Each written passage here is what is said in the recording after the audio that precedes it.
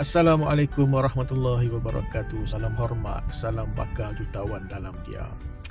Baik, untuk yang sedang bercinta dan sedang merancang untuk ke arah yang halal, ramai fikir tentang hantaran ini mesti dibuat pakai duit. Tapi hakikatnya, duit ini mudah susuk nilai dia bila masa itu berlalu. Sebab itu hari ini tuan-puan makin ramai orang yang mula bilik emas sebagai persediaan untuk kehadiah bahagia, persediaan untuk berkahwinan. Emas ini tuan-puan bukan soal banyak ataupun kecil, tapi yang paling penting adalah nilai emas ini bertahan. Dan emas ini tuan-puan boleh simpan lama dan pastinya akan ada makna untuk masa depan isteri. Dinar emas sebagai contoh sesuai untuk dijadikan sebagai simpanan awal untuk perkahwinan. Okey, sebahagian hantaran dalam bentuk emas ataupun sebagai hadiah tanda tanggungjawab. Walaupun baru bercinta, tak salah untuk mula merancang tuan-puan.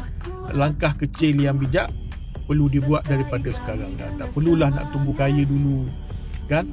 Yang penting cukup ada kesedaran dan bertindak ketika masih lagi di peringkat awal ini. Alright. So kalau nak tahu cara simpan emas ini ikut kemampuan bulanan, insya-Allah saya boleh bantu untuk bagi guideline ikut bajet tuan-puan. Okey, bukan ikut paksaan. Antara satu perkara penting yang kita kena ingat adalah kita menyimpan ini untuk nilai. Alright, bukan untuk gaya. Ingat, ada emas, ada duit.